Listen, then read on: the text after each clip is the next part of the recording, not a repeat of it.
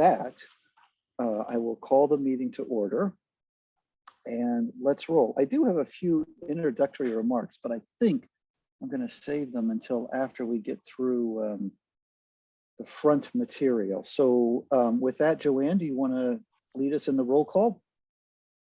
Yes, let's go with, first of all, Vice Mayor Stephanie Hellman. Here.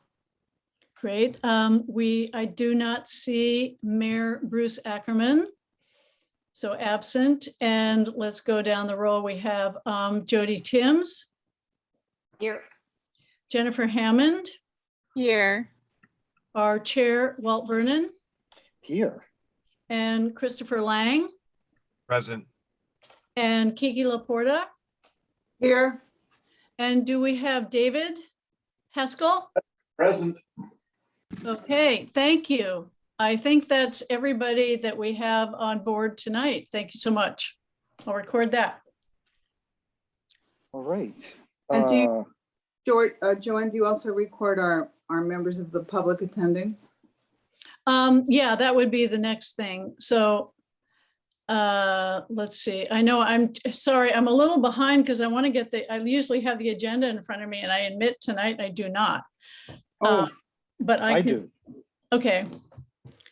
And I think, is that next? The public? No, it's not. The public expression's not next. I think what Kiki was suggesting is just Yeah. making sure that we have a record of who from the public is here with us. Okay, and that, yeah, we don't have to do a roll call for that. You can just write them down. no. And we have, hang on, let me move the cat. We're a pretty casual group here, by the way. Yeah, so I know we're being recorded, Those of but you at who the are same never- time, you know, I have an annoying cat and all these things since we're at home. So I apologize for that. So let me get back on track here. So for the public, we have, I know we have Mitch, which we have met before, Mitch Greer.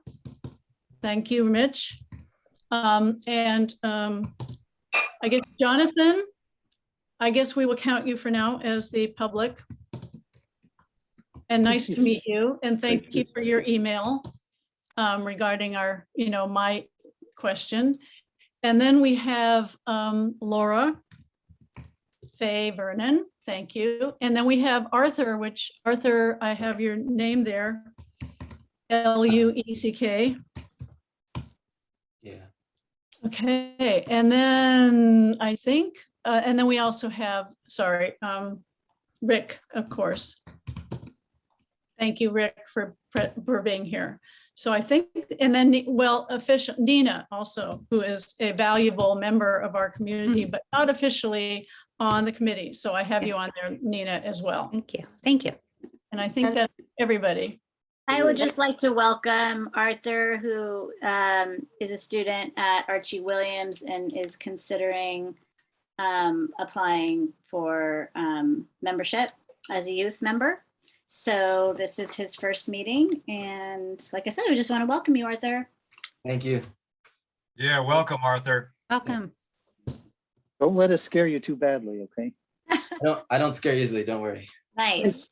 Don't scare us. Yeah, right. And I do have a question for Mitch, actually, or I don't know. Mitch, you have turned in your paperwork to become a member of the committee, but you are not currently appointed yet. Is that correct? Yes, that's correct. Okay, all right. So you still are a member of the public. All right, very well. Then let's move on to the approval of the agenda and the affidavit of posting, Joanne. Jody has a question. I would just like to suggest a change in the agenda, Okay, which would be the approval of minutes, which is item 6. I think I would love us to move it to the end. I have a number of comments about the minutes and to not belabor it while we have the public. I think if we just come back to them at the end, anybody who wants to stay and listen to that part could, but I don't want to take, you know, if that's all right, we just bump them to the end. Yeah, I move that we do that. Second. I'll make that change.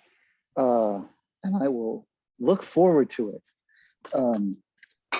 with that, we still do need to, okay, so any other comments on the agenda? We don't need a motion, or do we need a motion on the affidavit of posting? I No, never remember that. No. All right, good. Then let's move on to the land acknowledgement.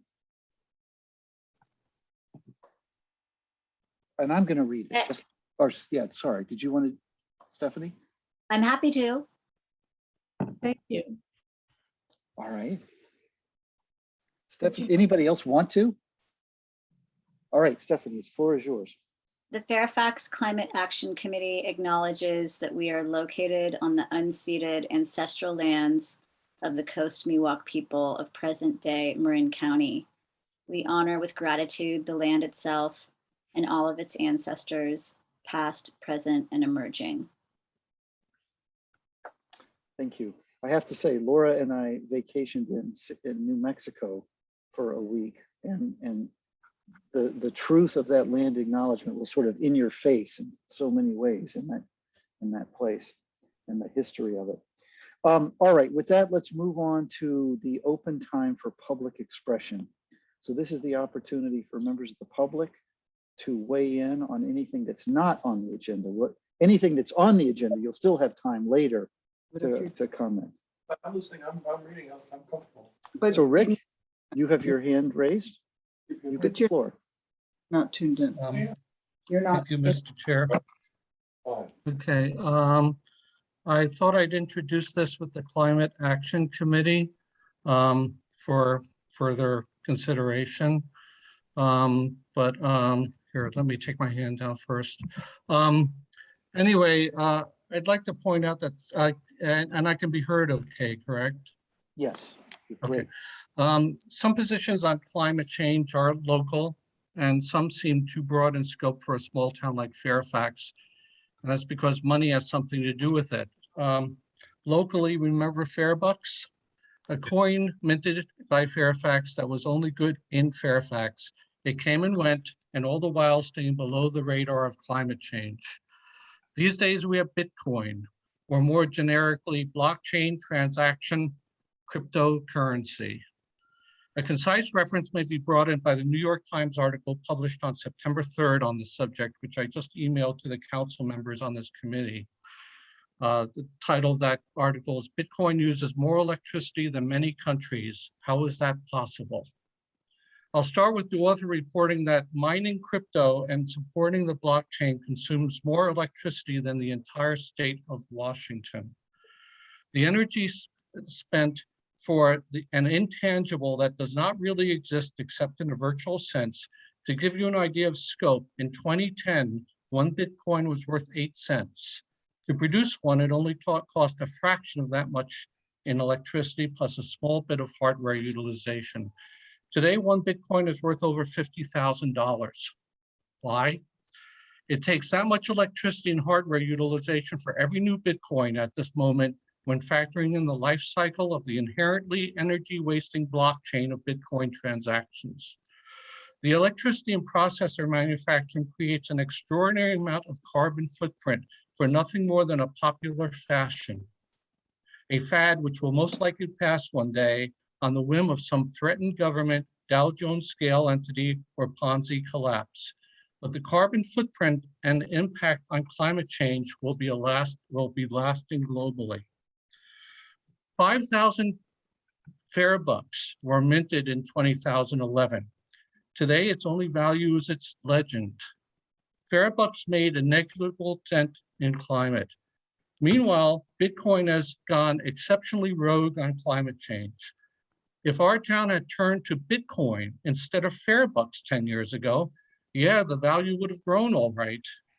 The equivalent of those minted Fairbucks, if mined as Bitcoin, wow, we would have been rich. Well, that would have been a Fairfax-sized Bitcoin stash. That Fairfax-sized Bitcoin stash would have consumed 25 billion kilowatt hours this past year and counting. That equates to over 20 billion pounds of carbon emissions, or think of it as 3 million pounds of CO2 for each resident of Fairfax and counting. Whew, thanks Fairbuck. We may not be rich, but we still have our souls for now. If we continue the crypto threat, our carbon legacy will be far more serious than any quirky comparison of scale. Already there is at least one cryptocurrency kiosk in Fairfax. I urge the Climate Change Committee to act locally and think globally and take steps now towards another grassroots green message. Block the blockchain at our town limits. Take a lead role to downright discourage crypto. May we become a blockchain-free zone. That's my comment, and I appreciate you listening to me. Thank you, Rick. Well spoken. You know, it dawns on me, we've so rarely actually had public comments that I haven't really done the timer thing. We might think about that in the future. And just, I want to invite as much public comment as we can get, but brevity is also appreciated. Now, Kiki, you're not technically a member of the public, so we do have a section later for Climate Action Committee members. Is yours sort of a public comment thing, or do you want to save it for new business? I don't know where it goes. I would imagine it's a public comment thing if I wanted to comment on Rick's statement. Yes. Okay. Stephanie's shaking her head. I think we're not actually allowed to act on things that are. No, we're allowed to, we're not allowed to act on it, but we are allowed to comment. Well, the council isn't. Right? All right, Kiki, I'm going to give you the floor because I'm just not smart enough to know otherwise. Well, it's clear that we will need to develop some protocols around Right. comment and or addressing public comment. But first, Rick, I want to thank you for bringing that up. This is not totally the venue for that. I happen to agree with you, and I appreciate your attention to the matter. But I do want to take exception to your at least side eye aspersions on the Fairbuck. I was part of the Fairbuck deployment as an officer of the Chamber of Commerce. And what we did with the Fairbuck was to generate an extra $1 with the sale of each Fairbuck that actually promoted local within Fairfax community benefit projects. So it's a local currency is a completely different animal from cryptocurrency. And I'm done speaking, but I just want to thank you for bringing it up. All right, great. And I did notice, just for the record, Joanne, if you look at the list of attendees, we also have Renee Goddard here and Arthur Lewick. Okay, so you can add them to our list of attendees. Are there other comments from the public? I have one. Okay, Chris? Yes. So in order to comply with the regulations regarding speech in this venue, all I'm going to say is that I appreciate Richard's presentation. I think your idea of having a timer in the future is a valid point, but I think his presentation was worth the length and was worth hearing. And I think that it could be, I would recommend that we agendize it in the future. We're allowed to do that. If a good idea comes up, we're allowed to say, okay, let's put that on an agenda in the future and we can deal with it then. Absolutely true. Yep, okay. We will. Are you taking public comment? We Can are. Okay, Rick, I understand your position. I can't share. I work in crypto, not in crypto, but I do work in NFTs.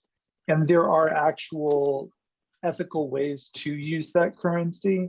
It's way beyond the scope of this meeting.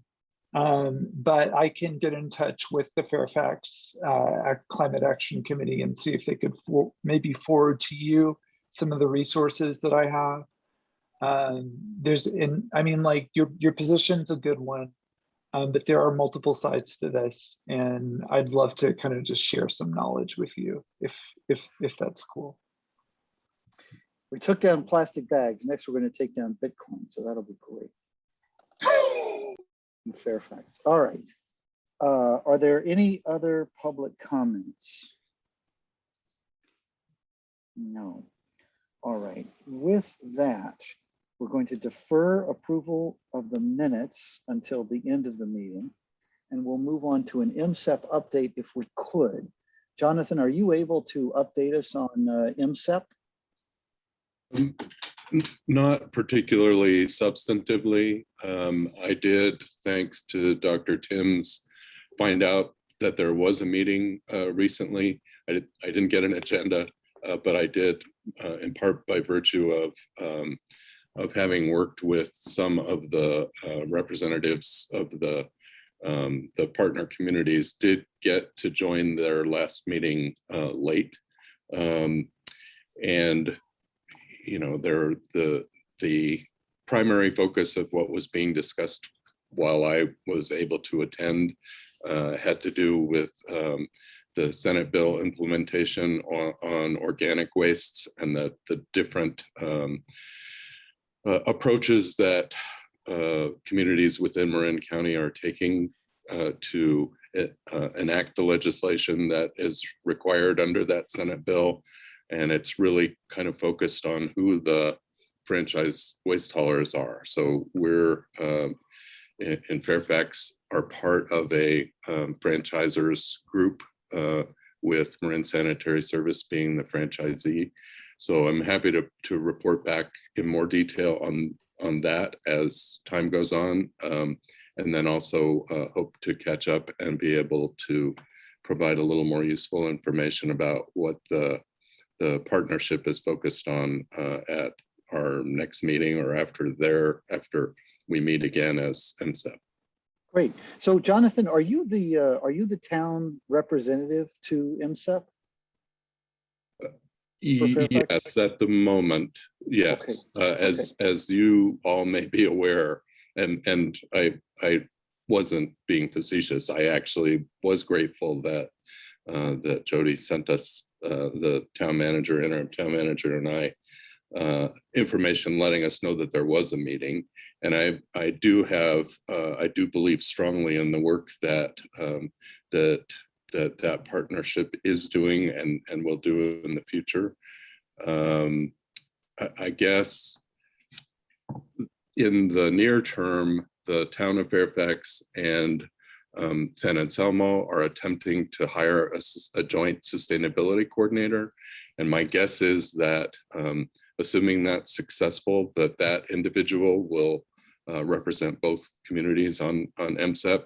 But you know, in the short term, I'm happy to be involved and almost always say yes when Adam Pulitzer asks me to do something. So. Well, we're grateful to have you there and talking to us. It's really wonderful because we've been missing that for a long time. So thank you. I see a hand from Joanne. Is there anyone on the call who does not know what Msep is? Should we explain that? Yeah, let's back up and just explain what Msep is. Somebody, please.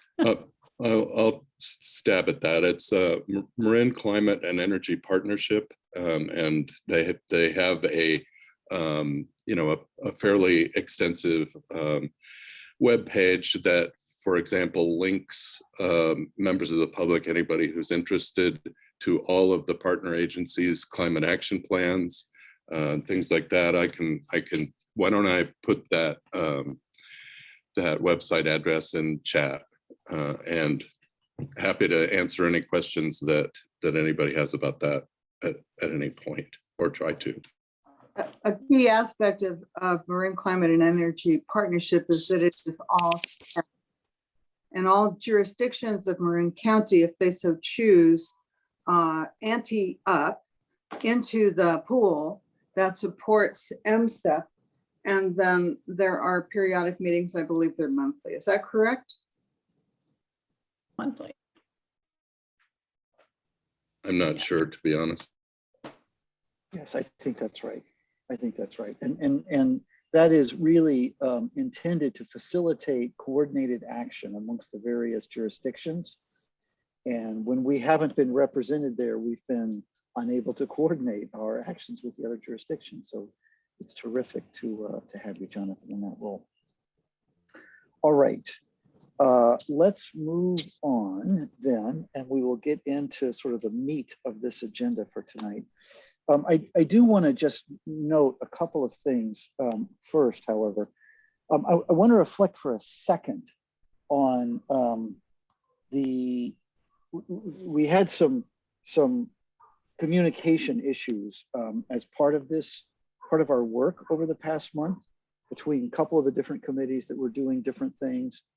And I guess I really wanted to just say that it's really actually quite gratifying to me in some ways that we have people really stepping up and starting to do things and starting to work together and make a difference. And, you know, we haven't had a lot of that for at least many years, it feels like, in quite the same way.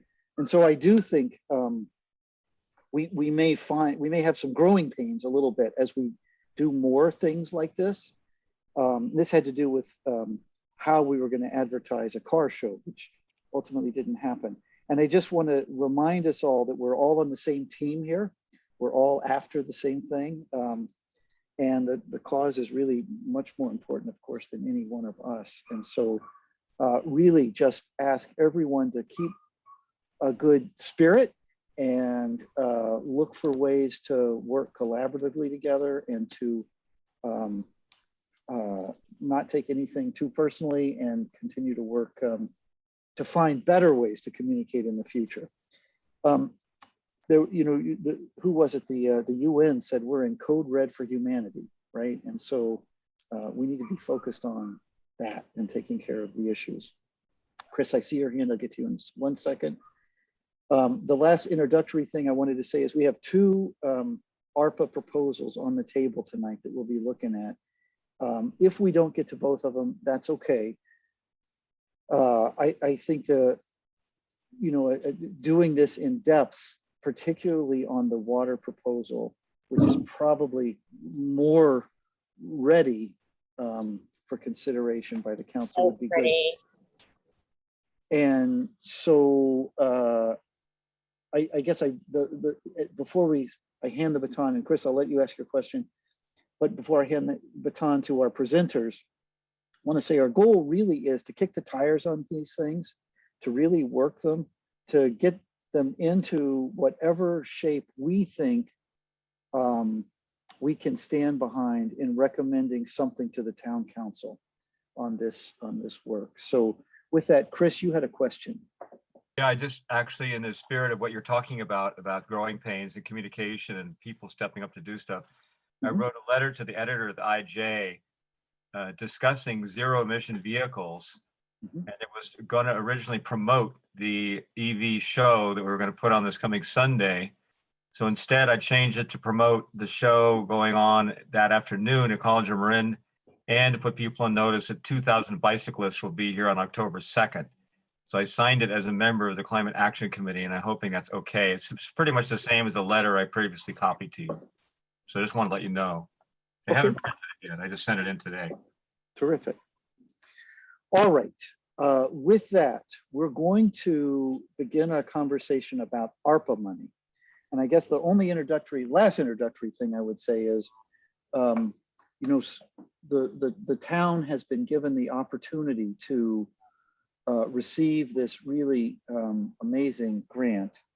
And there was a meeting held to sort of brainstorm ideas from the town council about how could we use that money. And I presented at that meeting, I don't know, 5 or 6 ideas. And the town council said to me, well, these are good ideas, but we can't act on ideas. We need plans. Give us plans. And so we've had a couple of different committees who've been working to put together some proposed plans for how we might do that in ways that meet both the requirements of the act as well as some of our goals, and really ultimately to the benefit of our community. And so Laura, and I do want to disclose here, Laura is my wife, and she is on the board of Sustainable Fairfax. You might want to do that, but neither Laura nor I receive a penny for our work.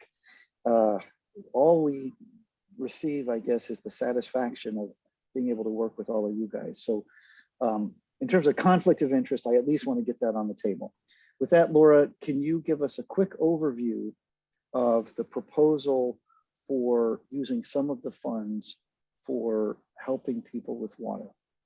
Yeah, so we put together a presentation that pretty much just walks through the proposal. But I want to say up front that I'm doing this presentation, but on behalf of a whole lot of people that were involved in writing the proposal. Nina Luttinger did really a lot of most of the heavy lifting on the earliest proposal, but we worked really closely with a bunch of different representatives at Marin Water and just ran it by a lot of people. But again, in terms of like learning about communication and whatnot, it happened pretty quickly and we were running it by a lot of people. But of course, we probably, we admittedly didn't dot many I's and cross a bunch of T's in terms of communicating this proposal with a lot of people. We also kind of understood that we were between kind of a rock and a hard place, thinking that the proposal was going to go for some discussion, and we weren't really clear on where that discussion was going to happen. So with that, it's happening now, and that's the most important piece. So let me share my screen and I'll just walk through the proposal with you. But I invite the many of you who have read the proposal, who have seen it, who have comments. If I've skipped something, I hope this is pretty informal, and just please jump in there, okay? So let me share my screen. I had actually 3 points and I don't know when I should mention them. So Chris, I'm going to arrange this conversation to have a brief overview, and then we'll do questions, and then we'll do, I forgot what I had next. I think public comment, okay? Okay. Okay, I want to put this in presentation mode. Okay, there we go. So that, Nina, that is a picture of Alpin or Phoenix. Phoenix. Okay. I thought the caption said Phoenix. Pretty startling. So just to give you a little bit of background. Oh, wait a minute. Now I need to go. Oh, go forward. Okay. So the U.S. Drought Monitor is, we've moved beyond a severe or extreme drought. There are very few times actually that they use this term exceptional drought. And so it's not just this year or last year that we didn't get enough water, but between not enough rainfall, high heat, lack of humidity, and that it's happening across the West, we are now in exceptional drought, which is, just absolutely frightening. I need to move all of our lovely faces over here because I need to see the screen. So just Nina and I and many others kind of jumped in on this because the bottom line is the fifth bullet down, is that we basically have a year's supply of water left in our reservoirs. Fairfax uses almost 940,000 gallons of water per day, but we had only 40% of our average rainfall in this past winter season, and before that it was about the same. So our current reservoir is only at 35% capacity, and that little blue box up front was a snapshot. There is a place on Marin Water's website where you can see these snapshots of the reservoir capacity in all of the reservoirs that support the Marin Water District's 11 towns. And it's just scary. Climate change models are predicting even hotter and drier conditions in this region year after year. So the little dribble of rain that we had the other day was so exciting, but it is unlikely. I heard some statistic that there's like a 256% chance that we will have enough rainfall this year to bring the reservoirs back up to normal. And who even knows what. We have interested participants entering the waiting room. Should I just hit admit? Okay. Anyway, it's not likely that we're going to have enough rain this year to make up for this, exceptional drought. So options, you've maybe read about all of these things in the paper, but we've got long-term but significant and cost-intensive construction projects that Marin Water is, hammering away on. But what we understand is that the more short-term water conservation in our homes, in our businesses, in our schools and facilities, and golf courses and whatnot is really what our best option is for today. And that's really what got us started on all of this. And the opportunity here is to, I called it like bake in, or what in like architecture terms, they call it hardening our buildings into our structures, from toilets to irrigation, in addition to creating behavior change norms so that, our memory is short-lived, so that if it does rain a lot this year, then, in the unlikelihood that we need to actually prepare for this for the long term. So it's about resiliency. So I need to kind of do this a little bit more quickly. So why we needed a grassroots community-based effort. Marin Water has a goal of reducing its district-wide water use by 40%. The problem is that Marin Water has about 191,000 users, or 61,000 accounts spread over 11 towns. While they're doing a pretty good job, they are not boots on the ground.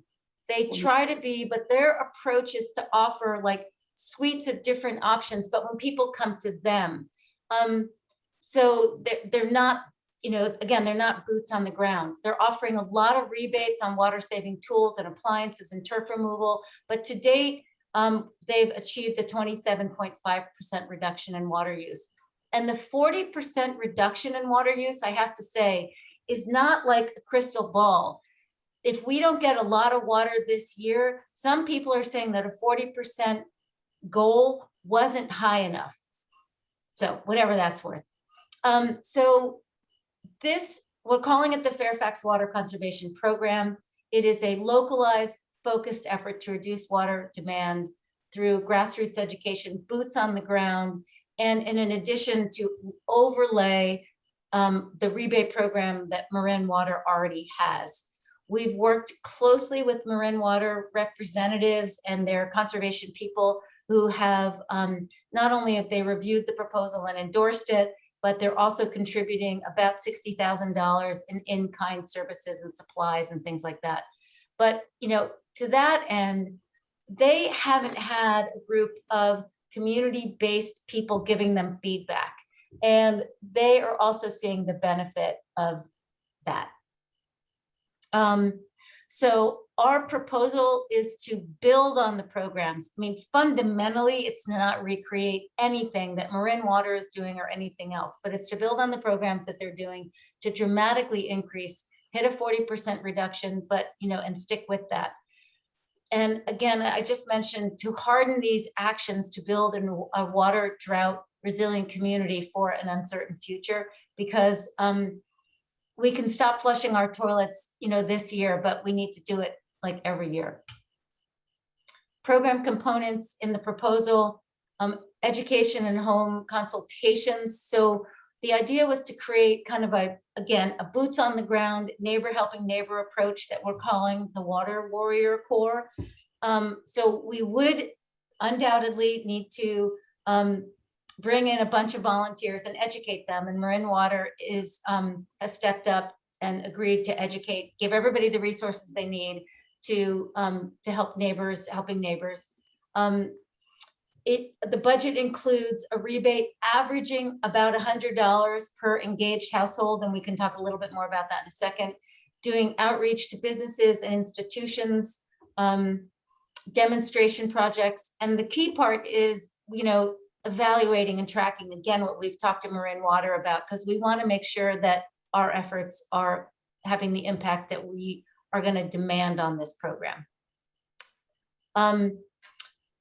The main strategies: gray water, rainwater harvesting, home conservation devices, as well as behavior changes, drought tolerant landscaping, reducing consumption among our larger commercial industrial users. And again, Marin Water has a lot of tools to help us do this, but they don't have the people on the sidewalks in Fairfax or any other town at this point that are really like working with all the restaurants and things. And turf removal. Kiki, you have raised a hand. Do you want to? It could wait till after you're done with your presentation, Laura. I just wanted to get you. Okay. So our program goals are to reduce, and we have a whole spreadsheet on this, which we're happy to share. So we're not just pulling these out of the air, but the numbers do seem big, but sometimes not big enough in some ways. Our goal is to reduce water consumption in this town by 20 million gallons per year. We're talking about reaching about 20% of households. That may be too bold, depending upon what our budget is. So we've kind of gone back and forth on this budget and what we can actually accomplish. But the other program goal is to hopefully create kind of a model pilot program that can be duplicated in other towns. We share a water district among 11 towns. And so gallons of water saved in San Anselmo is just as important as gallons saved in Fairfax. We can only impact Fairfax, but if we can share this proposal with other towns and it can be taken to their council members and whatnot, Marin Water would love kind of a district-wide group of these programs and coordination. Another really critical piece of the way we want to get education out is coordinated communications.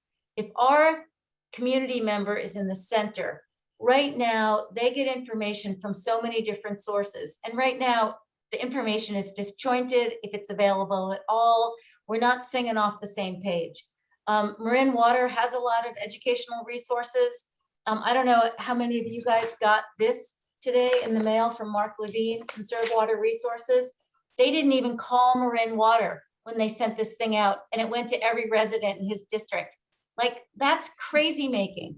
Anyway, we must do coordinated communications through newsletters and organizations in town and every social media. But this is also why we've put in the budget and are pretty clear about the need for social media resources. So that's kind of a big deal. Coordinated efforts. So again, our objective is not to create any duplication of efforts with Marin Water and other organizations that are working on water at all. We share resources and training and education and materials and branding and messaging and everything. That we want to partner with local retailers, whether it's the hardware store or whatever. We table at local places, we engage local high schools, and we'll get more kids like Arthur involved. Okay, so here's our budget, and this is really tricky. So I've included two budgets here, and we've gone back and forth, and this is Nina's always telling me I use this term chicken and egg process all the time, but it's chicken and egg, rock hard place, whatever. So we've got two different budgets, between $100,000 budget and a $200,000 budget. But the bottom line is that we have a level of program administration, which includes staffing for kind of a program coordinator, a social media coordinator, and like a field coordinator. But it ranges in FT, a full-time equivalent, from anywhere from like 40 to 60 hours. But so there's that program administration. There's educational materials and marketing materials. Most of that is going to come from Marin Water's $60,000 in-kind budget, but we're going to need some minimal amount of supplies. And from Sustainable Fairfax, I've learned that that's not a zero line item budget. And then the rebates, we felt pretty strongly that we wanted to layer on another set of incentives on Marin Water's rebates. And we don't have to manage that, the coordination of that, because Marin Water already said, look, we have to check people's receipts and the fact that they actually did their work, and we have to do all that checking of all that. And they said, we have the infrastructure to do that. You guys shouldn't have to create that. So these dollars are really about incentivizing our community members with just additional money back in their pocket, if that makes sense. So we've included two budget line items here, but we don't really know what our target is. If the town said you can have $100,000, we would figure it out. But we have really thought that jamming everything into 6 months is not really the right strategy. These programs will take time. We may just tap down some of the goals and the efforts that can happen if if the budget number is smaller, but we think a one-year budget item with some level of that kind of coordination in kind of a staffing level and education and rebates is kind of key to the program. It's really about, we're going to work hard and efficiently and effectively, but that's kind of where the bottom line budget categories lie. And I'm sure we'll talk more about that budget category in a second. So this is just some more information about what we're thinking that these 3 different people will do. And these are, again, all part-time people, and the amount of time they actually spend on the project will depend upon, what lands in the budget. So in wrapping this thing up, 20 million gallons saved per year in Fairfax. And the way we're envisioning the program, hardening households to put in gray water systems and water saving devices. It's not just about behavioral change. 255 million gallons of water in lifetime savings. Public awareness, more resilient communities, model for implementing townwide action programs. Reducing our carbon footprint is a thing for the Climate Action Committee. When you're not pumping water, you're saving energy. When you're not heating water because you're using less of it, you're saving energy and carbon. So, it's definitely connected to the work of this group. And ultimately, if we can not be forced to build a Richmond pipeline or a desalination plant because we're figuring how to live with what we've got, that will save all sorts of resources. Nina, Stephanie, I'm sure I forgot a gazillion things. Yeah, I just wanted to chime in, and like you said, just to restate, like this, the reason why we are, we scheduled this time and such a significant portion of tonight's regular meeting on this is because we really wanted to make sure we had time with the public on this and gather input and make any additional tweaks. And we have made adjustments, particularly to the budget in response to some feedback we've gotten. So it started out at 253. So I just wanted to make sure that was really clear and known that we did make adjustments to the staffing and to a couple of the other line items to get it down to 200. And then we also got the commitment from the water district, as you said, for the 60. So that is all I wanted to chime in with. Yeah. The only thing that I didn't really say, I'm realizing now, is that, well, maybe it did, the urgency of all of this, that we don't really have a lot of time to study this problem. So that was actually what really got the fire under all of us to get this going. So. Okay, great. Laura, are you finished then? I am. I can stop sharing. All right. Nita, did you have anything you wanted to add? Nope, that was all well said, Laura. Okay, then I see Kiki's hand first, and then I see Chris's hand. So we'll go Kiki and Chris, and then if anybody else has questions from the CAC. Great. I just want to commend the tremendous effort and work that has gone into creating this proposal and the collaborative effort that you've put into it. I worked for the Water District as a communications consultant for 12 years. During and after the last drought, during an intense effort to develop water conservation. And one of the key deficiencies in the way the Water District works that has now been in many respects solved is that the Water District sends a water bill every other month. You can conserve your brains out for 1 month and then slip the following month and your water bill is not going to show any difference. Now, with Flume, people can absolutely monitor their own water use on a real-time basis. And I don't see anywhere in your proposal the very simple management concept of what gets measured gets managed. And I would like to recommend that you add a component of marketing and deploying and setting up for people teaching them how to use it, helping them to install the app, and aggregating the effort that you're doing against a flume so that people actually know what they're doing. In real terms, I have to tell you that the numbers that you gave us, Laura, 7,500 people, whatever the number of gallons was, I did the math at the moment. It's 125 gallons per person per day. That's insane. And a 40% reduction is still 75 gallons of water per person a day. And if people had a benchmark to go against and they could see how they were doing in terms of behavioral change and in terms of neighborhood and neighbor to neighbor and friend to friend, friendly competition, that type of thing with Flume would make a huge difference. So I'd like to see you add into your program what I suggested, the deployment, and free if we have to buy and deliver and set up, well, not to deliver and set up, but to buy a Flume at No, deliver and $50 set up. each for every household in Fairfax, and a lot of us already have them, is $82,000. So MMWD can do that. They'd be happy to do that. And I just think it's a missed opportunity.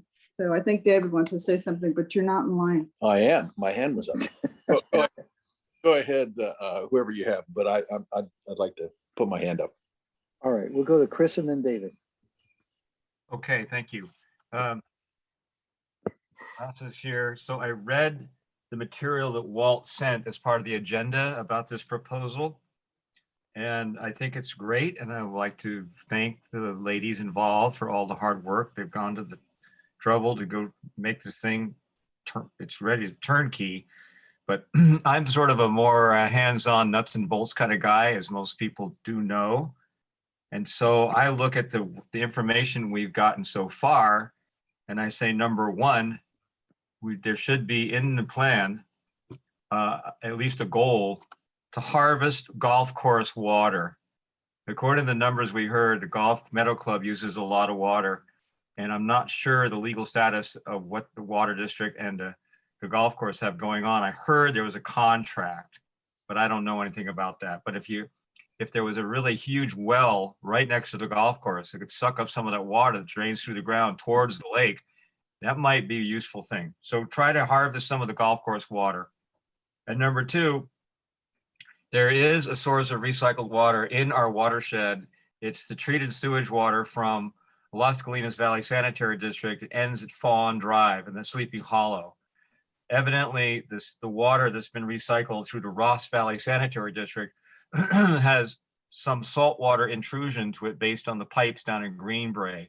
So evidently that water is not as good as the water from Las Colinas. So I think that should be part of the plan. Short term is use some of that water. I saw an article in the paper that San Jose uses millions of gallons of that water. And I asked Larry Bragman about it. He said, oh, we already do that. And I don't think that they do. And number three, using recycled water short term, like the city of Healdsburg. It was a front page article in the IJ that showed the city of Healdsburg, which evidently runs their sanitary district, had a tanker truck full of recycled water, non-potable water from the sewer treatment plant that's been treated, to go, a big tanker truck that went around and put water in people's storage tanks in their yards so they would be able to keep their gardens alive without becoming outlaws and using water that should have just been for human drinking or something. And I think that Marin County is well suited for that. There's plenty of places where they could store water in a swimming pool, whatever. There's just a lot of sort of thinking outside the box opportunities there. And I think that I didn't see them in the proposal that I saw. And number four, I noticed this, the water district is a little remiss, I think. You say they don't have the personnel or the ability to do outreach. And it seemed like every time I go to a restaurant or a bar, which is not very often, there's restrooms there and toilets there, and there's no signage, anything there. People are just conditioned to flush the toilet every time, because what if a lady comes in right after a guy takes a pee? You'd be offended if it wasn't flushed. I don't know about all that stuff. All I know is that there's no signage in any of the commercial establishments that have restrooms for their customers, etc. And the last point is about totes and tanks. A tote is a 250-gallon unit that's plastic with metal bands around it, and they're evidently used ones that aren't going to be used for food or drinking water are available for less than $100 a piece. And that 250-gallon unit will fit on the back of a really big pickup truck, you know, as big as a full size or bigger, whatever it is, but any kind of dump truck or flatbed truck. And tanks, I've done a little bit of research on tanks, the availability of tanks to take the recycled water and store it on people's property. There don't seem to be any tanks available in Fairfax. I've asked at Fairfax Lumber, no response. And so I know that my tenant in Mendocino had cisterns and had tanks that were bigger around than you could reach and taller than a house. And he put those in. And I just think we should have some pilot projects. There should be a punch list of hardware infrastructure, things that we can buy and say, okay, we've got 10 totes and we've got 4 tanks, 1,000-gallon tanks. Let's start using them. Let's figure out what we can do. We could even buy our own tanker truck. The town of Fairfax would buy a water tanker truck. Evidently, they hold 4,000 gallons of water. And you have to have a special license to drive them around, which most firemen do. A lot of firemen have that license. So those are just some of the things I did not see in the proposal that occurred to me that we ought to focus on short term. And that would be some solid infrastructure units that the town would feel really comfortable about spending money on, because then there's a visible hard object that can be used immediately. And so those are my thoughts. Thank you.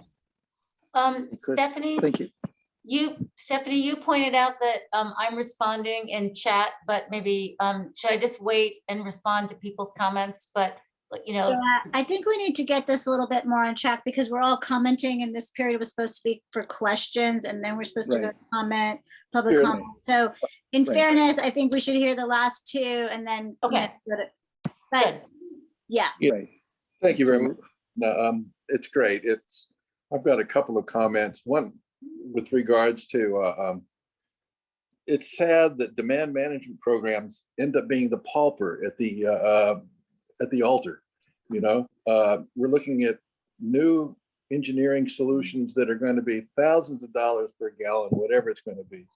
We're saving 20 million gallons, and we're doing it for in hundreds of thousands of dollars things. And it's just a comment about demand management programs that are effective should be paid on a per gallon savings basis that are equivalent with engineering solutions. That's the whole part of the new ecological economy. So that's just something I want to put out there.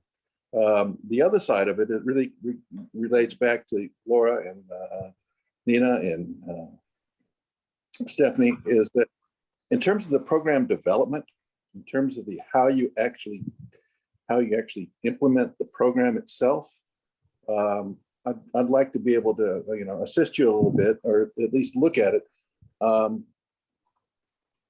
You spend a lot of time defining the problem and defining solutions, but the real key essence of this conversation is how do we as a community best organize ourselves to deliver this?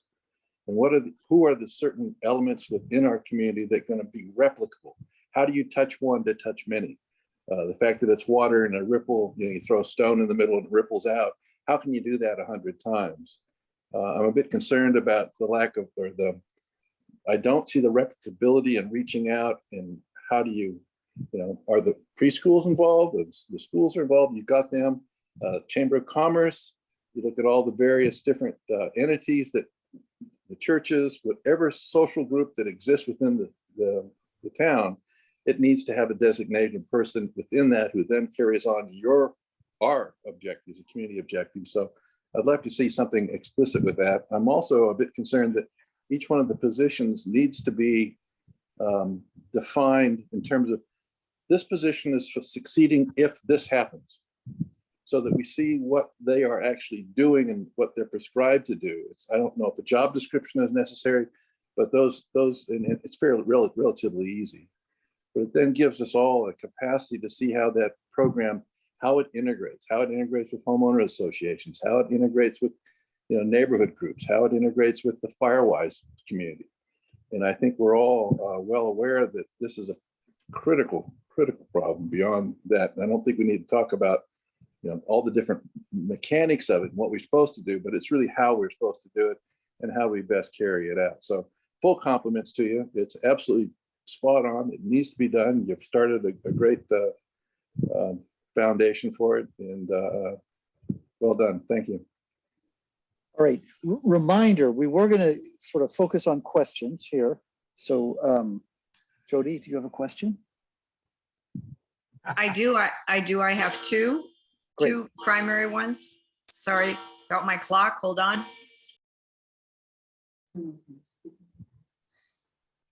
I like your clock. So one of the concerns I raised before about this, and perhaps it could be addressed a little bit more, is the program is based very strongly on volunteers, unpaid people. And for those of us who've worked in Fairfax for a long time, it's not easy to recruit local volunteers. So I just want to see if that's been given some more thought. Volunteers, you need to recruit them, you need to train them, you need to retain them. And all I see under job descriptions is trained mentors and home audits. So I would really like that addressed a little bit more, because I'm worried that these water warriors, who are these people, and how will we actually get them to do all the work? And that ties in with the other group of folks who usually do at least some aspect of this for pay, and that is isn't it the Sunrise Center, whatever that group is, that every summer, throughout the summer, they hire teens who they pay minimum wage to come to your home and do energy and water audits and bring you faucets and things like that. And it's a training program for them where they do get paid. I don't see that group listed as a partner. And I would hope this program doesn't usurp that program, because it is work and training experience for teenagers. It only happens in the summer when they're not in school, but still it seems to me it would need to be coordinated very closely with the work of as I take it, Sustainable Fairfax would be the main nonprofit carrying this project out with the help of these various partners. So maybe those concerns could be just addressed a little bit more when we get to answering questions. Thank you. Okay, all right. I guess in that spirit, we'll go through all the questions, and then hopefully, Laura, you're taking good notes, and Nina, you guys can answer. I see Jen and then Arthur, and I'm not sure, Kiki, if you have your hand up again or if that's the old hand. So Jen? Yeah, thanks for the great presentation. Yeah, one question kind of is along the lines of what Jody was talking about, the in-person, are the audits or the consultations going to be in person? And is there going to be a concern about COVID because of that? I know that MMWD isn't doing their in-person consultations that they used to do. Rising Sun, the group that Jody was referring to, are also just virtual right now. They're not coming into homes. So I just had a question about how that's going to be handled. Are there going to be phone, consultations, phone audits? Are you going to offer both? Yes, that's my main question. And I also was curious about if you know the number of flumes that are left in the program, and I'm assuming that if they run out, they'll be able to refund that promotion. But that's just, I don't know if you know how many are left, but I think I heard that there aren't many. Thanks. Okay, great. We're going to go to Arthur next. Yeah, I was just wondering, I haven't really learned that much about this, but I was wondering, what's the method of recruiting people to actually be like a water warrior, or to like reduce, there's like the 605 goals of households in Fairfax to reduce their water usage. I was wondering how you get those people. What's the method? How do you advertise it? Or do people just kind of come to you if you release it on the website? I just don't really know how much interest there is. So. Great question. Okay. With that, I think, Laura, I'm going to give you and Nina a couple of minutes, so be brief, to answer some of the questions that have come up. And then I'd like to move to public comment. Great. Nina, you want to start? Let's see, somebody, okay, I took notes. I don't know if I comprehensively got everybody's question. Somebody, let's see. There was talk in the beginning about Marin Water, and I think that was just a comment, but how they only do the water bill every other month. And it doesn't show much difference if you're actually engaging in some conservation methods. And how well the flume actually engages people and gives you real-time feedback. And on what I think should happen actually is I've been thinking about that bill and what it looks like and how there really is, like you said, no normative, there's nothing showing what the normative behavior is, or even what the percentage, what the gallons per person goals should be on that bill. So I am starting to draft a letter to Marin Water, and I don't know how open they're going to be to this, but about changing the whole look of the bill. I'm not sure if they would go to every month with their bill, but I think they can do a lot more to show normative behaviors and see how you compare to, for instance, everyone else in your town, because that apparently really does help change behavior. So I am going to talk to them about how much they can change the bill and how that works. The flume, you're right, it didn't come out on the slides, but the flume is actually in the real proposal, the Word document. The flume is one of the things that we would offer an additional rebate for. I don't know if we can cover the entire cost of the flume, or if we do, that would be like the main thing we do perhaps. But flume is definitely part of it, because everyone I know who has a flume has raved about having it and saying it, and has said it's very effective in reducing their water use. So yes, the flume has not been neglected. What gets measured gets managed. Add a component. The only thing I would add to that, Nina, Yeah. in the conversation about talking with Marin Water, even on their website, the only way to see your water thing, where it says pay my bill, unlike PG&E, when you go to and you can do some data manipulation and look at your water in different ways on PG&E. Marin Water, you can't do that. So there are a bunch of different ways that they can change up the way the data is presented and delivered, adding some, goals, and what should your targets be for per person, per family, per, yard, whatever. Yeah. So, And another thing just regarding the flume is to respond to Kiki's commentary, is we could, prioritize from a Yeah. strategy standpoint, the flume from a Yeah. communication and adoption standpoint, right? Yeah. And I think right. that would be something we could prioritize during the home water audits, like bringing a flume and setting it up for them and showing them how to use it, for sure. Right. Yeah, And that there's a seems lot of great. that already in existence. Sanderfeld did one. So yeah. Let's see, to harvest the golf course water. Chris Lang mentioned harvesting the golf course water. Golf course is actually an enormous priority for the business and institutional outreach. The golf course is the biggest user around here. They used 58 million gallons in 2020, which is shocking to me. They have reduced their water use by 47%, but Marin Water, the head of conservation there, believes that we can probably work with them and get that number down another 10, if not 20%. So I've been in touch with a consultant who installs rainwater and gray water systems. So we're gonna set up a meeting with the golf. If this moves forward, we're gonna set up a meeting with the golf course and see if we can get them interested in installing some of those systems. The sewage water, yeah, I've thought a lot about recycled water, and it is an option. And the town is now bringing in recycled water just to water the dying redwoods in Perry Park and the lawn there. It's a little bit of a carbon, it's not without its own environmental impacts to truck really heavy water all the way from Fawn Drive. But one idea is if we could get big rainwater catchments all over the police and town hall buildings, there's huge roofs there.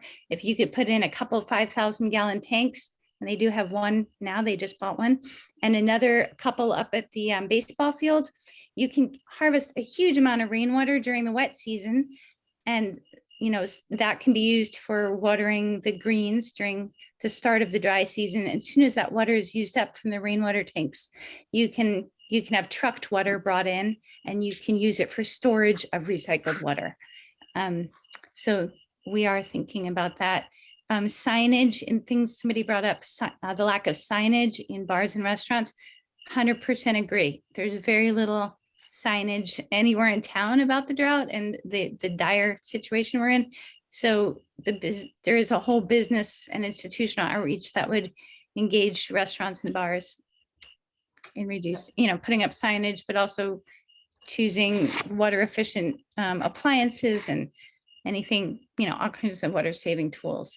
Let's see, I think I addressed the tanks and totes. Just, you know, I have talked to Jonathan Goldman about getting more of these enormous 5,000-gallon rainwater tanks to get rainwater happening. And, you know, we also talked to Marin Water about, because we're looking at 1,000-gallon cistern, but they're $500, but they're $140 to ship. Well, we could, you know, could do a co-op, coordinate, maybe. like kind of a because I mean, they have rain barrels at the hardware store, but cisterns are a whole different thing. So, you know, there's a lot of discussion that's gone behind, you know, a 7-page proposal, which we were told to keep it below 10, you know, 8 to 10 pages, but. Yeah, you guys, we basically, that 10-slide presentation you saw is a little bit of a distilled essence without all the details that are in the Word document. Right. And in terms of, well, why don't we just jump back and forth, Nina? In terms of Sunrise, Resilient Neighborhoods, all the organizations, a fundamental goal of this thing is to not duplicate any efforts. And so to reach out to people, I mean, you know, of course, Jen, where did Jen go? We'd love to talk to Jen about, you know, how to bring in a lot of this kind of education in the Resilient Neighborhoods programming. I mean, there's so many different opportunities and lots of different organizations to tap into. So let's add some content related to that. And I would suggest, you know, stemming from David's comment too about be explicit about the community connections. Like, I think that I know that was the intent, right? But let's just be explicit. Yeah, like we've got a list of example organizations that we would, you know, work with, but it's not, we probably missed a few for sure. Yeah, and I wanted to address the concern about COVID and doing the home energy audits. I did talk to Carrie Pollard, who's the conservation manager at Marin Water. And yeah, she said actually the Zoom or doing it on Zoom works pretty well. You can kind of walk around the house with the auditor on the other line, and you can have them measure and sort of give them real-time feedback on everything.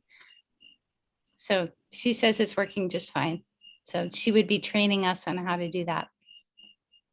So to address the big honker in the room, how to get volunteers, because we are a little scared about that. I mean, you know, working with Sustainable Fairfax and others, it is hard.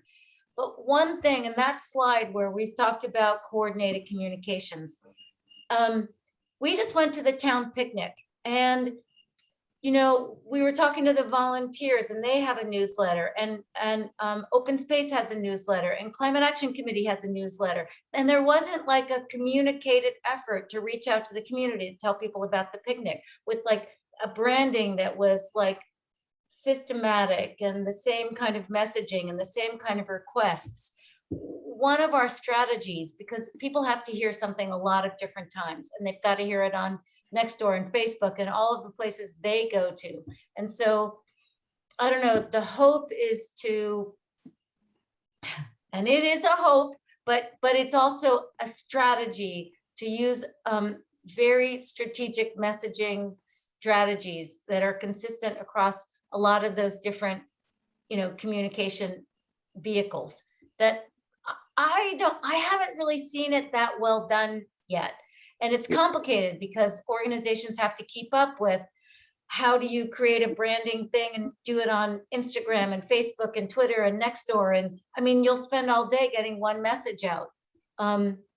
Laura, just let me and- interrupt just a second, because I think the point here is very important, because we have a systemic problem in Yeah. Fairfax. And the town council has suffered over the years with a lack of any kind of clarity in their communication strategy. And Totally agree. welcome aboard. This comment is not a new comment. I think the council members know it. I think it's been, whatever the topic is, it's been poorly presented to the community in a coherent way. And so this water, because it's a universal concern in what Laura and everybody's doing, it has a chance to really set the new way of doing things. And I really invite the town to get proper branding for this project so that it can be universally used across all of the community groups. So, I'm just reinforcing what you're saying, Laura, and I think you're perfect. All right, can we wrap? Are there other answers to questions, or? I don't know, did Are we we about answer them finished? all? I think we kind of did. I think we did. Yeah. All right, Okay. I'd like to move to public comment. We do have some members of the public here, and so I'd like to give you guys the floor for a little bit and see if you have questions or comments, ways to make it better. Beth, you actually get to Beth. be a member of the public, so you get to talk. Yes, thank Hand up. you. And I'm so sorry, I forgot to ask a question in the beginning. So maybe if you guys can just put this on, but to coordinate this with the climate action issue, I'm curious about if we're going to start looking at which plants get watered. I'm curious if there's anyone has done an analysis on drought resistant maximum carbon sequestration plants that have that Venn diagram intersection spot that's pretty sweet. So, our old growth redwoods, I think, are worthy because they're massive, right? But I'm just wondering, is there anyone that's done a scientific analysis on this, or is there somebody we can tap the shoulder of, maybe the arborist in town or whatever, who could tell us, maybe it's time to let oleander go, and then we need to plant something else because it's better for drought resistance and carbon sequestration at the same time. It's a great question. Natural Yeah, grasses, I know, are phenomenal because you have a huge bed underneath the earth. It's also very earth stabilizing. Anyway, these are just things that I'm curious about. So that's one. Now I need to go to my little notes here. Excuse me.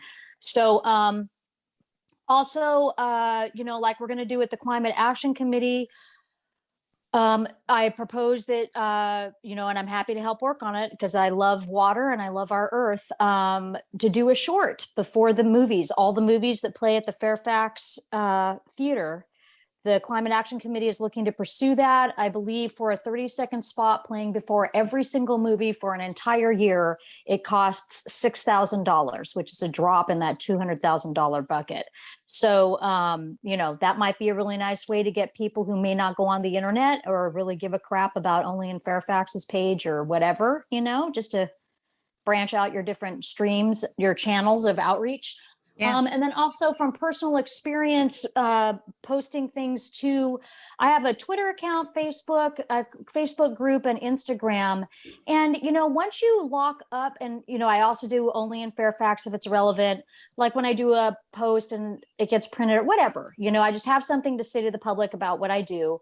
It takes maybe 15 minutes. Once you have somebody dedicated to that outreach, you come up with your little spiel and then you just duplicate it. It really doesn't take that long. So you just need to find somebody who's facile in those ways and they'll be fine. The big lump is, who are you going to trust with the messaging? How many chefs are going to want to be in the kitchen? Things like that. But once the message is refined, it takes no time to get it out. And then finally, and this may be a little fruity and kind of artsy, but I'm just going to go here because we're all kind of fluffy in Fairfax. I've really found a lot of beauty in treating global warming and water shortages as a means to have like a mindful practice in my daily life. So for what it's worth, I'm terrified because of what we're all going through environmentally on this planet. So don't get me wrong, I'm not trying to be a Pollyanna here, But I have found that when I start to really pay attention to, how much carbon I use or water I use, that's very grounding. And frankly, Native Americans and our ancestors lived like that for thousands and thousands of years. It's part of our DNA packet to be way more in touch with what we use and how it's reflected with the earth, right? This whole estrangement and mediated life existence is very recent. So I think in a way that, if we can get crazy here, this is a way of like the earth recalibrating us, and that when we start to just quiet our minds and maybe turn on a faucet really minimally to see just how little water we do need to rinse off that soap from our hands, and to just explore with an open mind and curiosity, how low can we go? Not as a scarcity place, because I'm hearing a lot of people's voices be kind of pinched on this phone call. It's we got to hurry, and everybody's kind of in a fear place. And I get why that exists, but I'm just offering another perspective to just loosen that up a bit and give you some breathing room and start to bring some creativity and some curiosity into the practices of conserving water, that there's a beauty there. And I've always thought water is beautiful and magical and sacred, but now with how scarce it is, it's just gotten even that much more precious. And that's been a beautiful reckoning, So those are my comments. Thank you. Beth. All right. Other members of the public. Arthur. Yeah, I just have like an idea about how to get all this information out. So I was wondering if there's some sort of like Fairfax newsletter or anything like that. Like Yeah. Is there a Fairfax website? Town of Fairfax? There is. There So are too many. I mean, yeah. so yes, they're probably all those things, but if you could help us like coordinate it, and who of your colleagues are going to what resource, what site, so that we could really target those messages. So yeah, so I was thinking, is there like a thing you can do on websites where if you interact with the website, a little tab pops up that's like, would you like to join the newsletter? And then that would allow anybody that goes on the Town of Fairfax website to sign up for the newsletter if they want, which would link it to their email. And then we could include all this information. It would also allow us to get a lot of volunteers, for example, would see this, or it could be a little tab that pops up and say, would you like it to link it to your text? Then we could send them a text message, including this information. So it would just be right on their face when they interact with the website, and they'd pop up and they'd see it, which is like a visual cue, which would be helpful. And I think a lot of people would appreciate that. Yeah, I like that idea. Great idea. We can Yeah. use your help. All right. Other members of the public. All right. Seeing none. Just for the record, Walt, I just did want to respond to one of Beth's comments about the landscaping. Master gardeners, and there are a lot of gardening resources out there, and we don't pretend to be those experts. So we do hope to find some water warriors who are the local, gardening experts. And I'm recruiting a few personal friends, but the master gardeners and other experts will be on our quote unquote team. Okay, terrific. I take it that you're gonna. And they will have that focus, I guess. They're going to be looking to have that little Venn diagram sweet spot of. I'm not sure how much information is available on carbon sequestration, although I did hear a really interesting thing today on basalt rock versus lime. But, Yeah. But around water, the information is definitely out there. Around carbon sequestration per plants, that's an interesting thing. Maybe it's out there, I don't know. But It is. It's out there. yeah, that's very cool. Yeah, I'm thinking, but nobody's I know really that it's applied for it to a grass. All right. town, So let's go back to questions. Laura, Okay. you and Nina will have this in your updated proposal, right? Yes. All right. Mitch, you had a question. Yeah, it's more a comment. Like, I'm willing to volunteer to do any of the, I think you guys might want to start talking to someone who could be an agency of record for the town of Fairfax and help you pull all this stuff together. If you want to source it from the community, I'm willing to do it. But I think it might require something that might be a little bit more staffed than just one person. I don't know, that's up for you guys to kind of figure out. But someone needs to, what I'm hearing is there's a unified brand between any of this and inconsistent messaging. And Right. that's all something that an agency of record would help you have. like business, like a creative services. So the town Company. council is going to approve your membership on our committee very soon. So very soon you'll get to be one of us and you'll get to help us do that. Okay, cool. All right, I will talk to you on the 6th. Okay, bye. That's wonderful. I'm so You're grateful hired, to have man. you. That's I'm Alright, in great. with Mitch. I awesome. volunteer So with grateful. Mitch. Yeah. No, it's terrific. Me All and right, Beth will do it. Other thoughts from the public? I just have my eye on the clock here a little bit. Other thoughts from the public? All right, then the next phase of this conversation was to see if there are other suggestions or other discussion from the Climate Action Committee then in terms of how we might improve this proposal in order to be able to recommend it to the town council. And one thing that I do want to ask, and I think we need to debate this here.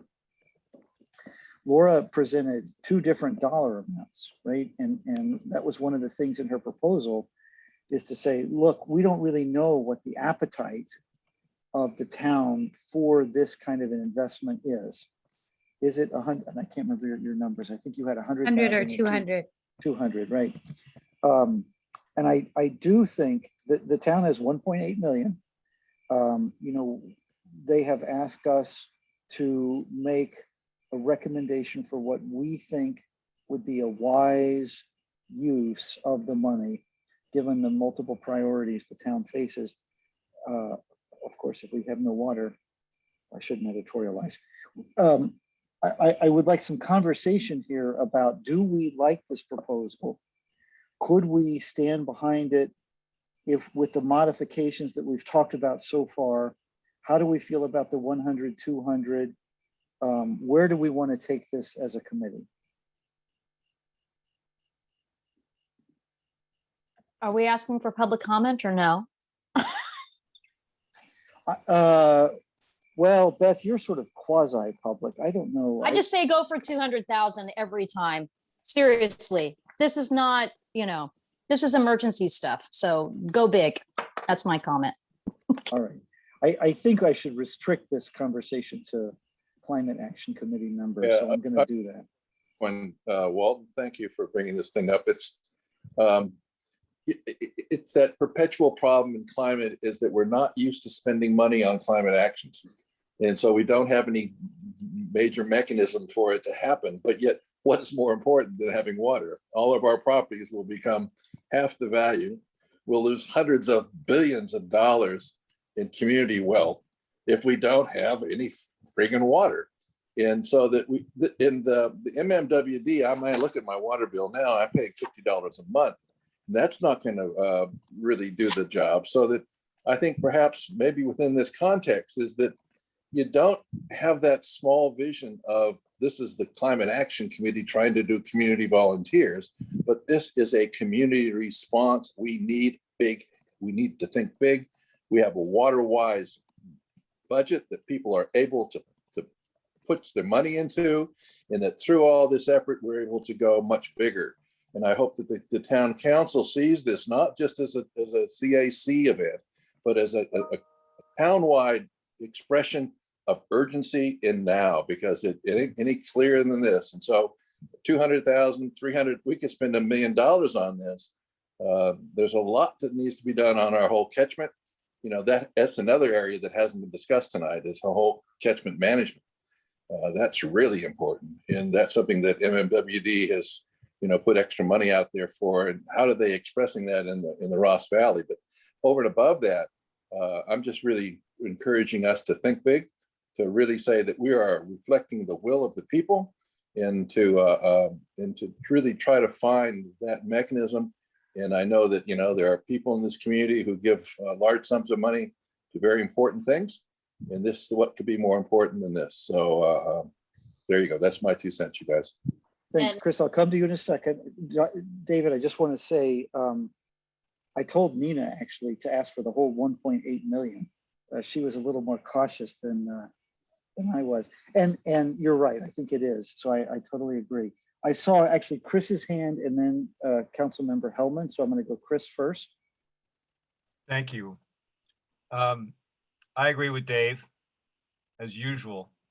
And I think that the $200,000 educational program would have to be administered through a 501c3, which is probably Sustainable Fairfax.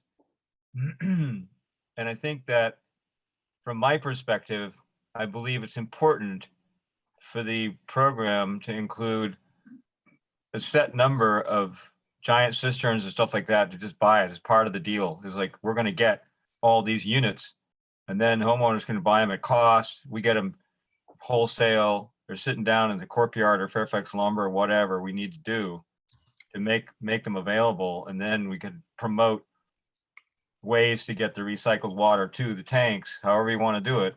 But there are systems in place already to do that. Nerviati's got a water truck, blah, blah, blah. So I think it's really important to go for the bigger number.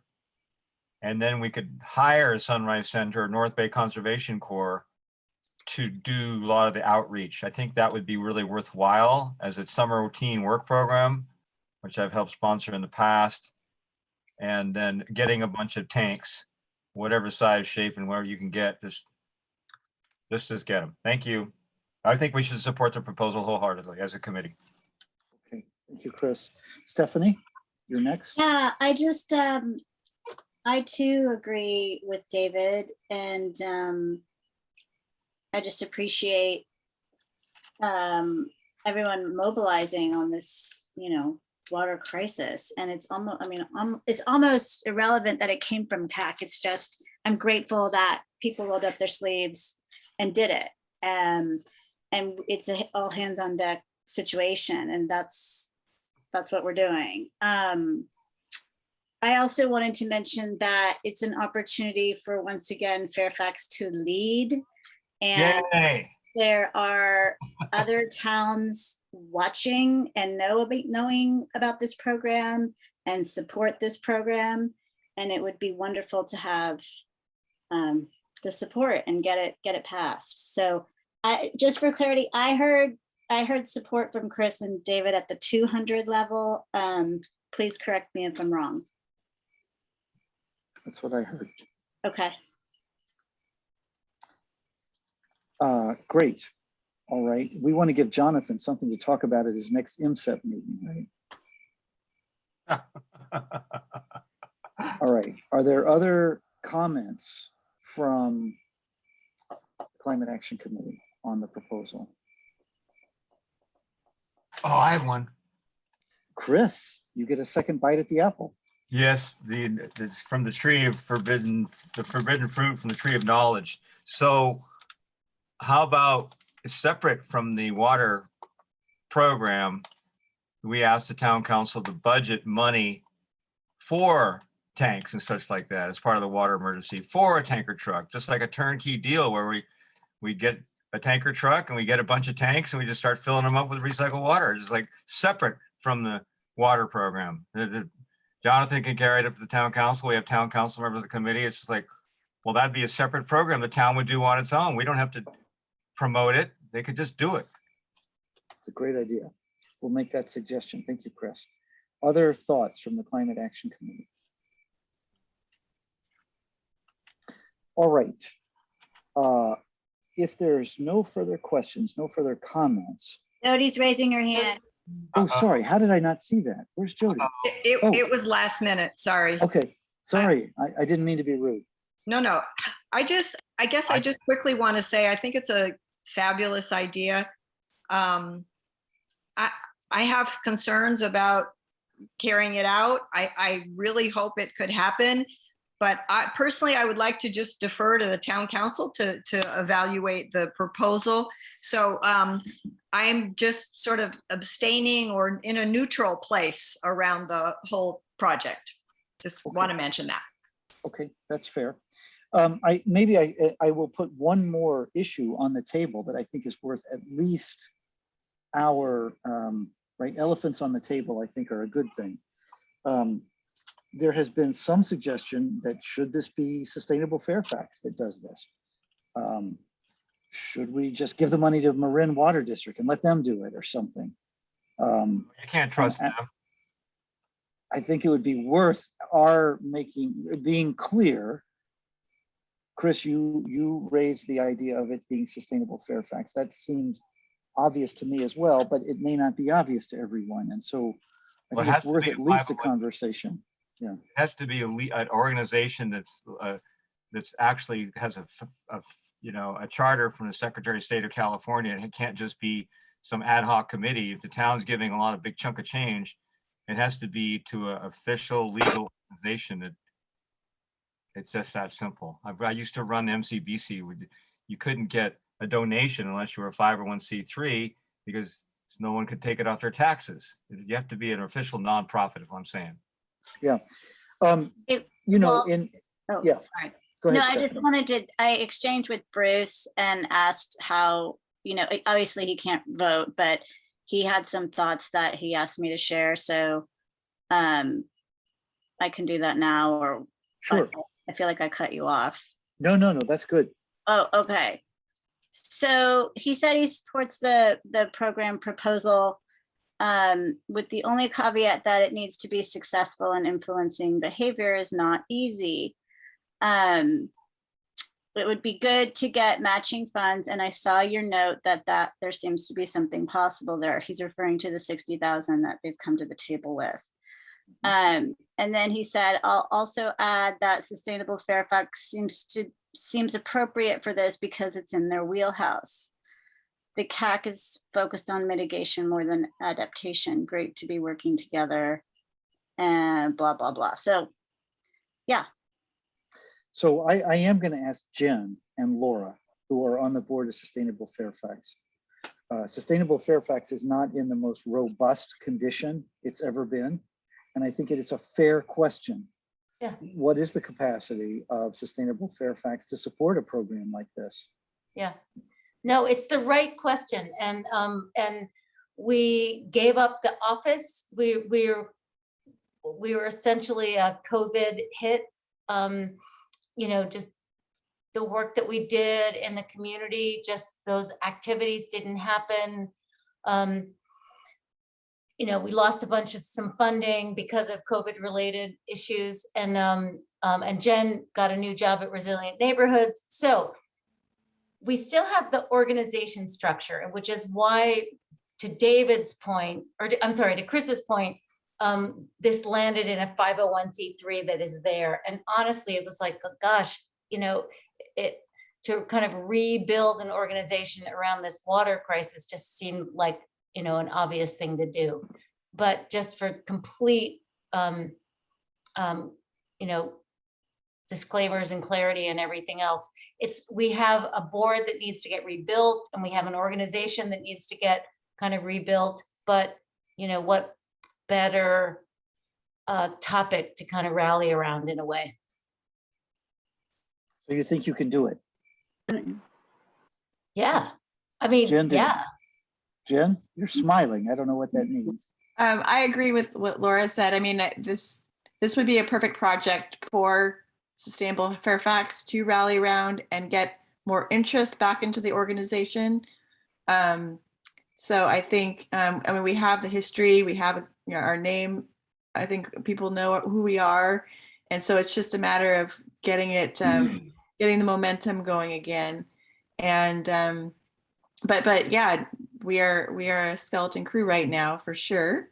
But we've done this in the past. We did a project before I was involved with MMWD for a water conservation project.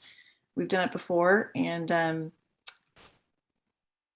think this would be a perfect project for us to launch, kind of relaunch, really. Relaunch post-COVID. It's our post-COVID rebirth in a way. All right, that makes me feel better. I see the Laporta Haskell hand and then the Lang hand. Okay, good. Just really quickly, managing a grant of this size is not a walk in the park, especially when you're dealing with a public agency. And I'll just put out there that Sustainable Marin is a 501c3. Sustainable Fairfax could bring if it turned out to be that the administration of the grant would be too much, then you might want to consider the opportunity to discuss with us at Sustainable Marin whether we would take it on as under our 501c3, and you could just do the work. Yeah, well, and I Great talked idea. to Sustainable Marin about bringing other towns to the table through Sustainable Marin because, you know, the shared water district and all that. A gallon saved anywhere is a gallon saved. Chris? Just want to make it clear that I volunteer to help Sustainable Fairfax if they need any help with rebuilding their board. I've done it a couple times for different organizations, and I volunteer to help do that. Chris, I love your spirit. Thank you. Oh my God, you're on. All right. Kiki, David, did you guys have another question, or are you guys okay? All right. Jonathan, I feel like as a staff person, you've been here. I don't know if you have other observations or questions or thoughts before we move to an action. That's very nice of you. Thank you. Certainly, I think that the passion and the concept is wonderful. And from my perspective, you know, I will certainly support the Climate Action Committee's action on this item pretty much no matter what. The trick is to not just successfully, you know, fund this program and put it together. Not that that's a small achievement, but to be able to measure its success and use that as a way to sustain the program. You know, one of the disadvantages to the American Rescue Plan and other kind of one-time funding situations is that it's only one time. And if a program to encourage and measurably accomplish the community's objectives in reducing the use of drinking water, you know, to be able to put that together and demonstrate that success, I think is really the challenge. So I don't know that means anything different has to happen between now and when the council is asked to consider funding with the American Rescue Plan funds. But I think it is something to try to continue to iterate on in developing the plan, and then ideally demonstrating its success, you know, as quickly as possible. Okay, great. Thank you, Jonathan. All right, given we have 19 minutes left, I see 2 hands left. I'm going to take your questions and then I'm going to ask for a motion. Jody, and then Chris. I was just going to ask, aren't the funds a reimbursement where you have to do the outlay first and then you get reimbursed, or is it actual grant money that's provided up front? It's actual grant money that the town already has the first tranche of, and the second tranche is due, you know, relatively soon. There's a significant accounting burden on the town's part that, you know, happens no matter what with any of the money that gets appropriated. Great. Chris, last So, word. Patrick Seidler from Transportation Alternatives for Marin developed a proposal for the United States Congress, and it was called the Federal Non-Motorized Transportation Pilot Program. And what that was $100 million granted over 4 years to 4 jurisdictions. So Marin County got $25 million to create bikeways and multi-use paths and studies and all this and that. And then the legislation rolled over without being curtailed by Congress. And so we got another $7 million. So we got $32 million over a 5-year period. And the person who was in charge of the measurable deliverables, which is the reports to the federal agency, the Highway Safety Administration, about how many car trips were saved by making bicycles and walking, the choice of transportation, was overseen by Deb Hubsmith. And so I know exactly what Dave's talking about, and Jonathan as well. Is called measurable deliverable. It has to be, there have to be some hard numbers and facts in black and white, so decision makers and funders know they got their money's worth. So we do have a handle on that in-house, and it's all going to boil down to finding the right staff person who can actually do that stuff to assist the town with their bookkeeping. Because my friend who works for San Anselmo Public Works said the federal money is onerous in the administrative burden it imposes on the towns. So just, Jonathan's right about that. So we have to keep that in mind also. Thank you. Thank you, Chris. All right, we are at a point in the meeting where it seems to me there is broad consensus that we support this proposal with some changes that we've talked about throughout our time together. Many of those changes, I think, were already assumed or discussed in the proposal. They just weren't put in the presentation. So some of those you might want to add. But I guess what I would like to ask for is, if I'm right, is there a motion from the committee to recommend to the town council that the town council should use $200,000 to advance this program as we've discussed it here tonight? So moved. Second. All right. Is there any further discussion? I think we need a roll call vote. Joanne, I don't know if you're still with us or if you're just a sandpiper now. I don't know. So I guess I will call I'm a roll call here. vote. I'm here. Okay. Sorry. Yes, but I am a sandpiper. Yeah. Okay.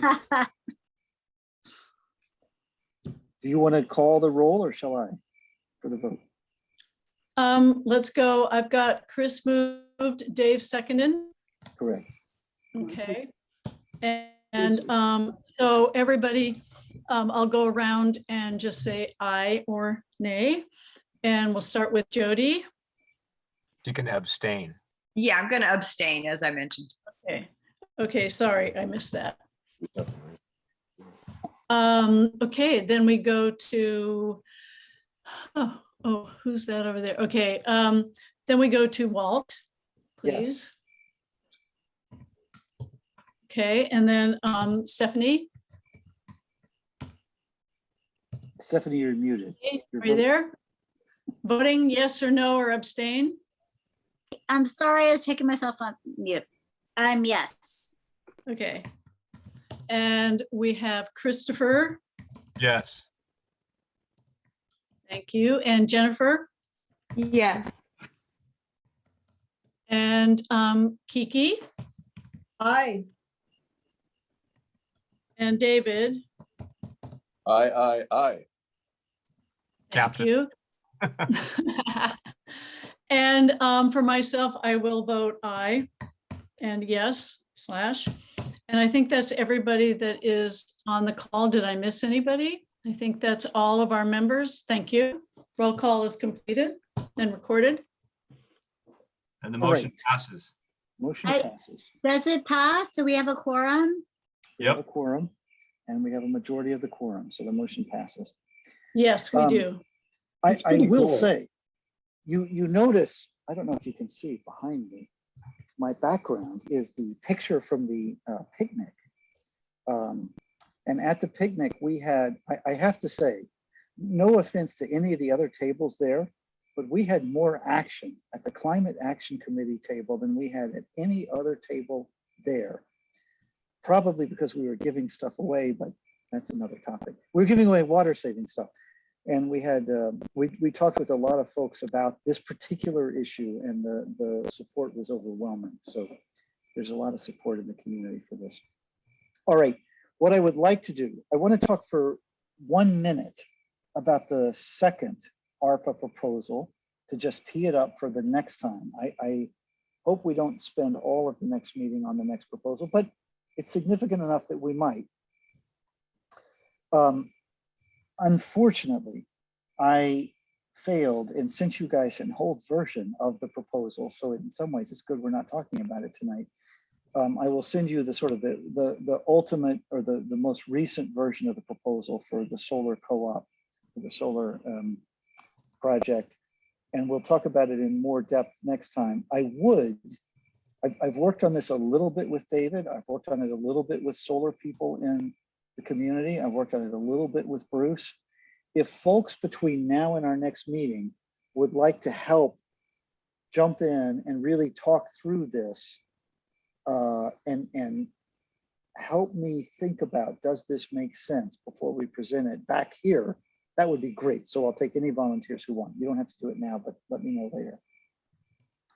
All right, with that, we have 11 minutes and I want to go to, so we'll defer that item until next meeting. I do want to see if there are other CAC announcements or new business. Chris. I just wanted to ask regarding the previous proposal that we will discuss next time. Will it be possible for the town of Fairfax itself to take advantage of the solar co-op, because they have a bunch of buildings and they still haven't got the pavilion together, and it seems like they need help as much as any homeowner does? It's a great question, Chris. The restrictions of the ARPA, the Act, are pretty severe. And they are requiring that money for weatherization or utilities essentially go to certain low income or moderate income families. Oh yeah, sorry. Yeah, so there are, we've sort of tailored this to the restrictions of the Act rather than what we might want. Sorry, I remember now. Thank you. Yeah. Jen? Yeah, I just wanted to let everybody know that Resilient Neighborhoods is starting their next climate action workshop series this week on Thursday at 6:30. It's meeting 1 of 5 meetings over 10 weeks to reduce your carbon footprint by 5,000 pounds at least and create community resiliency and get ready for emergencies. So if you know anyone who might be interested in Marin, who might be interested in taking the online program, again, it's free. You can go to our website at resilientneighborhoods.org and sign up. Arthur, we have one high school student joining us this time, so you might check us out at resilientneighborhoods.org. Thank you, Jen. Other announcements from the CAC or other new business? I would just say, I just have one thing. You've probably seen the advertisements that Ride and Drive Clean has set up an electric vehicle show on September 26th at College of Marin.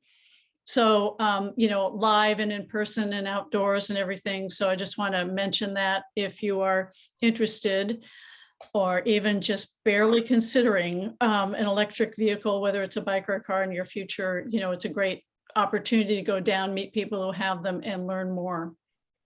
Great point. And actually Mitch and his friend are going to be using my e-bike and Laura's e-bike and taking them down there because we wanted to, but we're out of town. So Mitch has already volunteered to stand in for us. So thank you, Mitch. All right. Anything else from the CAC? You know, I just would like to say, I have 8 minutes. I'm not going to use the whole 8 minutes, but I do want to say, I was really, really happy and thrilled at the reception and how people reacted to Sustainable Fairfax and Climate Action Committee at the town picnic. The response was overwhelming and it was great. And we have lots of signatures to hand to the town council on a petition to say, please spend money on water. When you look at our website, we're getting now 40 to 60 hits per day on the Climate Action Committee website. I suspect we're getting more hits than the town itself. We have passed an all electric ordinance, which coupled with what the state has done, the state is picking up things on the remodel side. So we are making a substantial difference. And I really, really, really want to just honor the work of each one of you here today who are making it happen, because we are making a difference. So thank you, recruit your friends, and Let's keep it up. All right, with that, I'm going to adjourn the meeting and wish you all a wonderful month. And Wait, I have a couple of questions. I thought Jody wanted to talk about minutes or Sorry. something. We didn't get Oh, yeah, to. oh, minutes. I forgot. Oh, yes, yes, yes. We All also right, sorry. have Cac announcements, or did we just bypass that? Well, that was what we were just doing. Was CAC Okay, announcements and new business. I have a 2-second announcement, but Okay. why don't we deal with the minutes first? All right, Jody, let her rip.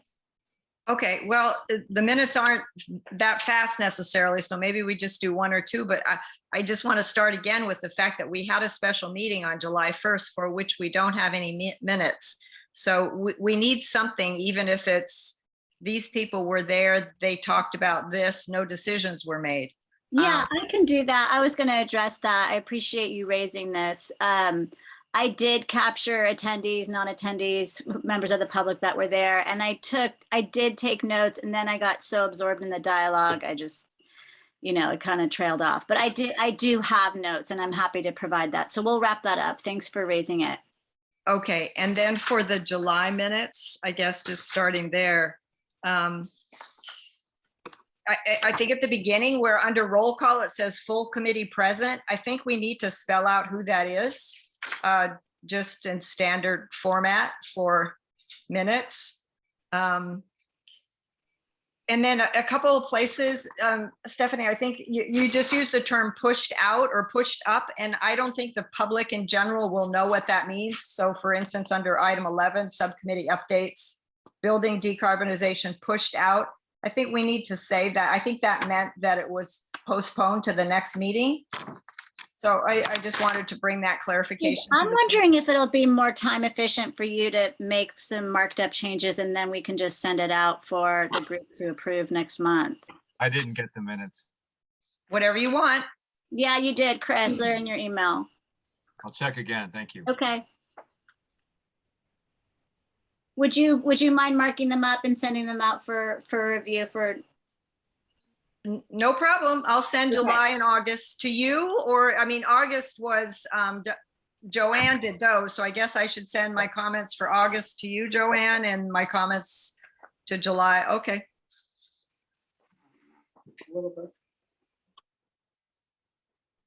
Okay, so in that case, nothing more on the minutes. I don't think so. We'll deal I with think they just minutes. have to be approved next time. Okay. Can do that quickly. Joanne and Stephanie, will you help me figure this out for next time? Okay. All right. Can Did you I, have anything else, Stephanie? Nope. Kiki's wishing us good night, so we better adjourn no, fast. no, I actually have an Oh. item Okay.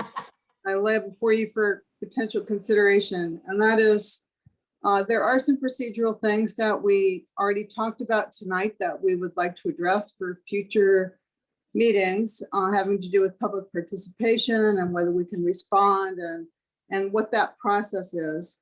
And I'd also like to, just with regard to some of the exchanges and back and forth that have occurred over the last few weeks with regard to communications and the car show and the movie short.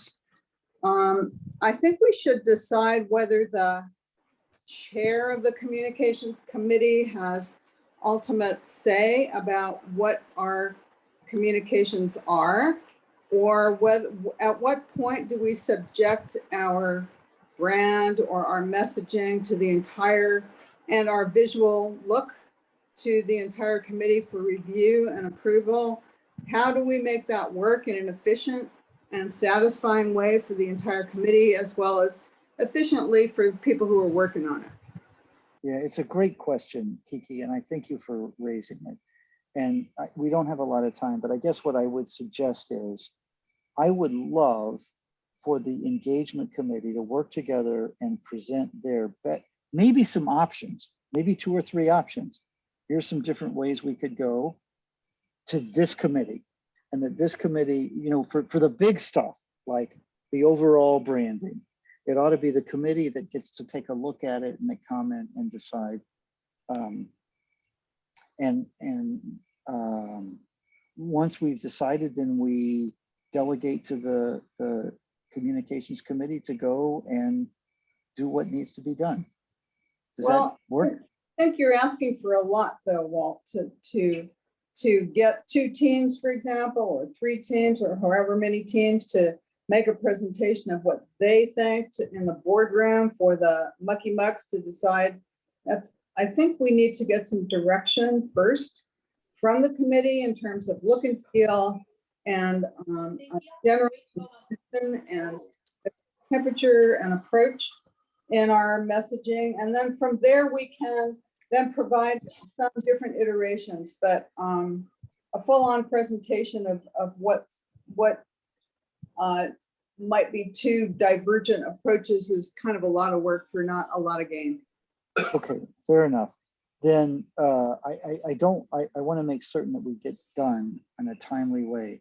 So why don't we do this? Why don't I attend the next engagement committee meeting? Let's talk about process and let's talk about how we might do this in a way. I totally agree. We are all volunteers here, and I don't want to abuse anybody's time or anybody's effort or anybody's passion in any way, shape, or form. I want to honor all of that. So let's figure out how we can best do that, and we'll bring it here for conversation. Does that work? Sounds good. All right. We are now over time, so I'm going to tolerate about 30 seconds, Beth and Chris, and then we're going to call it a day.